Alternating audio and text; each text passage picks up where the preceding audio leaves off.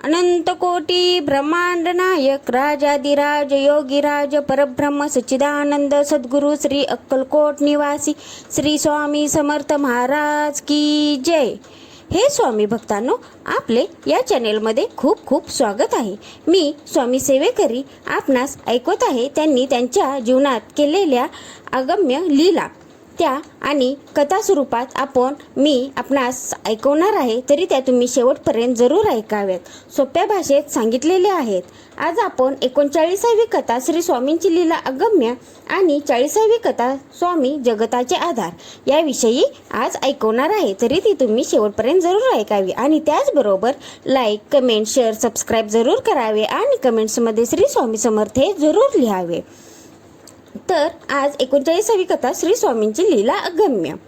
श्री स्वामी समर्थ हे श्री गुरुदेव दत्तांचे अवतार आहेत। ही सारी सृष्टी त्यांच्याच अधीन आहे। जन्म मृत्यूचा फेरा हा त्यांच्याच हातात आहे। श्री स्वामींची कृपा झाली तर काहीही कठीण नाही हे श्री स्वामी समर्थांचे भक्त जाणत होते। त्यामुळेच श्री स्वामींचा भक्त परिवार वाढतच होता। अक्कलकोटामध्ये तर भक्तीच्या पताका घराघरावर फडकत होत्या। अनेकांच्या मनोकामना पूर्ण झाल्यामुळे भक्त भारावले होते। अक्कलकोटात श्री स्वामींच्या परमभक्तांमध्ये भगवंत अप्पा सुतार नावाचा भक्त होता। श्री स्वामींवर त्याची श्रद्धा होती। तो सदैव त्यांच्या सेवेत असायचा। भगवंत अप्पा शेतकरी होता। शेतात कष्ट करून तो पोट भरत असे। भगवंताने आपल्या शेतात विहीर खणली होती। तिचे बांधकामही केले होते। त्या विहिरीला भरपूर पाणी आले होते। हे सारे श्री स्वामी कृपेने झाले असे भगवंत मानत होता। श्री स्वामींना एकदा आपल्या शेतात घेऊन जावे, त्यांची पूजा अर्चा करून त्यांना जेवू घालावे व त्यांचे उष्टे अन्न आपण प्रसाद म्हणून खावे अशी भगवंताची इच्छा होती। त्या दृष्टीने त्यांनी प्रयत्नही केले होते। एकदा स्वामी मोदी यांच्या कट्ट्यावर बसलेले होते। ते सेवेकऱ्यांशी हास्यविनोद करत बोलत होते। ही संधी साधून भगवंताने श्री स्वामींना आपली इच्छा बोलून दाखवली आणि आपल्या शेतावर चलण्याची विनंती केली। थोडा वेळ थांब, मग जाऊ असे स्वामी त्याला म्हणाले। असे 3दा घडले। ते बघून भगवंत सुतार निराश झाला आणि शांत बसला। तेवढ्यात तिथे काशीनाथराव म्हसवडकर आले। त्यांच्यावर श्री स्वामींचे विशेष प्रेम होते। काशीनाथरावांना त्याने आपली इच्छा बोलून दाखवली।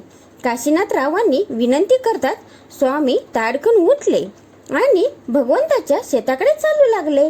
भगवंताला मोठा आनंद झाला। श्री स्वामींच्या मागे तोही निघाला। त्याने आपल्या मित्रांना स्वयंपाकाचे साहित्य आणायला सांगितले। शेतावर पोचल्यावर श्री स्वामींनी भगवंताच्या शेतात फेरफटका मारला, विहीर बघितली, आनंद व्यक्त केला। तेवढ्यात तेथे काशीनाथराव, सबनीस आदी मंडळी आली। त्यांनी सुग्रास स्वयंपाक केला। विहिरीच्या पाण्याने भगवंताने श्री स्वामींना मंगल स्नान घातले। त्यानंतर त्यांची षोडोपचारे पूजा करून त्यांना फुलांच्या माळा घातल्या। नंतर भक्तिभावाने जेवू घातले। महाराज पोटभर जेवले, तृप्त झाले। महाराजांचे जेवण होताच भगवंत, काशीनाथराव, सबनीस असे 5-6 लोक जेवायला बसणार। तेवढ्यात 8-10 गावकरी तेथे आले। यांनाही जेवू घाला स्वामींनी आज्ञा केली। ते बोलणे ऐकून सारे एकमेकांच्या तोंडाकडे पाहू लागले, कारण भांड्यात फक्त 4-5 लोकांना पुरेल एवढंच अन्न शिल्लक होतं। स्वामींची आज्ञा मानून त्यांनी त्या लोकांना जेवायला वाढले। ते जेवतात न जेवतात तोच आणखी काही लोक दर्शनाला आले, त्यांनाही जेवू घातले गेले। अशा प्रकारे 50 पेक्षा जास्त लोक जेवले, पण अन्न जराही कमी पडले नाही। सर्वांनी जेवून सुद्धा अन्न उरले। अशी होती श्री स्वामींची लीला। बघितलं ना, स्वामींनी किती छान लीला केलेल्या आहे त्यांच्या जीवनात। लोक त्यांची उगीच भक्ती करत नसतात। तुम्ही नेहमी श्री स्वामी समर्थ हा षडाक्षरी मंत्र जरी तुमच्या मुखात सदैव ठेवला तरीही फक्त भक्तिभावाने ठेवा, तरीही तो स्वामींपर्यंत पोचतो, हे मी तुम्हाला आवर्जून सांगते। आता आपण पाहूया 40वी कथा स्वामी जगताचे आधार। या जगात एखाद्याला जर कुणाचा आधार नसेल तर त्याचा आधार म्हणजे श्री स्वामी समर्थ। महाराजांच्या चरणी येताच भक्तांची सारी दुःखे दूर होतात। फक्त दुःखेच दूर होतात असे नाही, तर काही तर मेलेलेही जिवंत झालेले आहेत। त्या संदर्भातल्या 2 गोष्टी अशा. महाराजांची नित्य गावोगावी भटकंती असायची. एके दिवशी भल्या पहाटेच महाराज प्रवासाला निघाले. त्यांच्या चालण्याचा वेग खूप होता. त्यांच्या मागोमाग भक्त व काही सेवेकरीही निघाले. महाराजांना नेमके कुठे जायचे हे कोणालाच माहीत नव्हते. महाराज अक्कलकोटच्या बाहेर आल्यावर मात्र ते परगावी जात असावेत असा अंदाज लोकांना आला. उन्हाळ्याचे दिवस होते. ऊन तापू लागताच काही लोक माघारी परतले. मात्र बाबा जाधव वगैरे काही भक्त सोबतीला होते. चालत चालत महाराज मध्यान्हाच्या सुमारास बागेहाळी नावाच्या गावाला पोहोचले. तेथे मुजावर नावाचा स्वामी भक्त होता. महाराज त्यांच्या घरी जाऊन पोहोचले. महाराज आपल्या घरी आल्याचे बघून मुजावरचा आनंद गगनात नाविनासा झाला.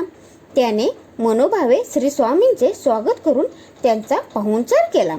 थोडा वेळ मुजावरच्या घरी थांबून महाराज तेथून जवळच असलेल्या इडगी नावाच्या गावाला पोहोचले. सारे जण इडगीला पोहोचले तेव्हा सायंकाळ होत आली होती. इडगी गावाच्या बाहेर एक मारुतीचे मंदिर होते. त्या मंदिरात महाराज थांबले. सेवेकऱ्यांनी गावकऱ्यांच्या मदतीने महाराजांची आरामाची व्यवस्था केली. काही वेळात श्री स्वामी झोपी गेले. संध्याकाळ होत आली होती. त्याच वेळेस आपल्या शेतात रावण्णा नावाचा एक शेतकरी नांगर चालवत होता. तेवढ्यात त्याचा पाय सापाच्या बिळावर पडला. बिळातल्या सापाने चवताळून त्यांच्या पायाला चावा घेतला. रावण्णा धाडकन खाली कोसळला. ते बघून आजूबाजूच्या शेतातले शेतकरी धावत आले. रावण्णा सर्पदंश झाल्यामुळे तडफडत असलेला त्यांना दिसला. लोकांनी रावणाला उचलून वैद्याकडे नेले. त्याच्या तोंडातून फेस येत होता. वैद्याच्या औषधाचा काहीच फायदा झाला नाही. नंतर मांत्रिक बोलवला तरी उपयोग झाला नाही. रावणा बेशुद्ध पडला. मारुतीच्या देवळात सर्पदंश झालेल्या माणसाला नेले तर त्या माणसाची विष उतरते असा लोकांचा समज होता. त्यामुळे लोकांनी रावणाला उचलून मारुती मंदिरात देवासमोर आणून निजवले, जिथे स्वामीही निजले होते. तेथे रावणाला निजवताच त्याचा जीव गेला. ते बघून लोकांना फार दुःख वाटले. बाबा जाधवांनी आलेल्या लोकांना घटनेची माहिती विचारली. तेव्हा त्यांना सर्व वृत्तांत समजला. बाबा जाधवांना देखील रावणाच्या निधनाचे दुःख वाटले, पण झाल्या गोष्टीबद्दल काही इलाज नव्हता. घडणारी घटना घडून गेली होती. लोकांनी रावणाचे प्रेत उचलले आणि ते त्याला नेणार. तेवढ्यात बाबा जाधवांच्या मनात एक कल्पना आली. त्यांनी लोकांना रावणाचे प्रेत खाली ठेवायला लावले. बाबा जाधवांनी श्री स्वामींच्या पायातल्या वाहना रावणाच्या डोक्यावर ठेवल्या. तेवढ्यात स्वामी खडबडून जागे झाले. रावणाच्या प्रेताच्या डोक्यावर बाबा जाधवांनी वाहना ठेवल्याचे बघून स्वामी संतापले. ते ओरडले, मूर्खा, हे काय केलेस? तुला सृष्टीच्या नियमात ढवळाढवळ करण्याचा अधिकार कुणी दिला?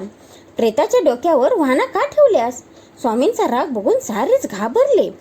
जाधव तर थरथर कापत दडून बसले. ते बाहेर येईनात. महाराजांना उत्तर द्यायला किंवा त्यांची समजूत काढायला कुणीच पुढे येईना. काही वेळाने महाराजांचा राग शांत झाला. महाराजांनी बाबा जाधवांना समोर बोलावले. ते भीतभीत आले. महाराज म्हणाले, तुम्ही प्रेताच्या डोक्यावर वाहना ठेवल्या तरी प्रेत जिवंत झाले का पहा. जाधवांनी बघितले तर रावणा काही जिवंत झाला नव्हता. महाराज हसून म्हणाले, अरे, तो असा उठणार नाही. त्याच्या कानापाशी तोंड नेऊन त्याला जोराने हाक मार. बाबा जाधवांनी तसे केले, पण तरी प्रेत जिवंत झाले नाही. महाराज म्हणाले, अरे, मोठ्याने हाक मार. बाबा जाधवांनी त्याच्या कानाशी तोंड नेऊन मोठ्याने रावण्णा रावण्णा अशी हाक मारली. ती हाक ऐकून प्रेतात हालचाल दिसून आली. थोड्याच वेळात रावण्णा उठून बसला. ते बघून लोकांना आनंद झाला. त्यांनी महाराजांचा जय जयकार केला. महाराजांच्या कृपेने आपण जिवंत झालो हे समजताच रावणाच्या आनंदाला पारावर राहिला नाही. त्याने श्री स्वामींच्या पायावर लोटांगण घातले. त्याच्या डोळ्यातून आनंदाश्रूच्या धारा वाहत होत्या. स्वामींनी त्याला आशीर्वाद दिला. श्री स्वामींच्या कृपेने मेलेला रावणा जिवंत झाला. ही वार्ता गावभर पसरली. त्याच गावाशेजारच्या एका गावात एका स्त्रीचे तहाने बाळ अचानक वारले. त्या बाईने दुःखाने हंबरडा फोडला. ते बघून तिथे गर्दी जमा झाली. श्री स्वामी समर्थांकडे बाळाला घेऊन जा, असा सल्ला लोकांनी त्या स्त्रीला दिला आणि घडलेला सारा प्रकार तिला सांगितला. ते ऐकून ती बाई बाळाला घेऊन स्वामींच्याकडे आली. श्री स्वामींच्या पायी लोळण घेत तिने रडत रडत बाळाला जिवंत करण्याची विनंती केली. त्या तहान्या बाळाकडे बघून श्री स्वामींना त्याची दया आली.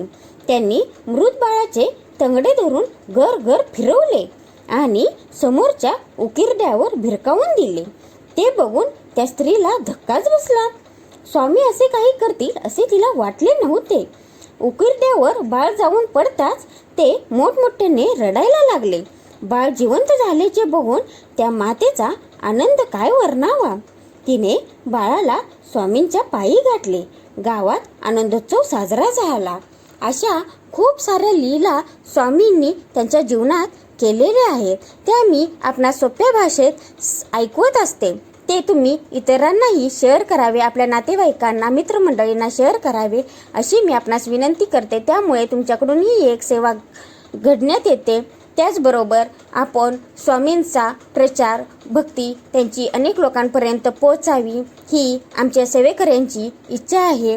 तर आपणासही तसे वाटत असेल तर आपण ते जरूर शेअर करावे, म्हणजे त्यांच्यापर्यंतही या कथा पोचतील. स्वामी कोण होते, काय आहेत, काय करत होते हे त्यांनाही कळेल.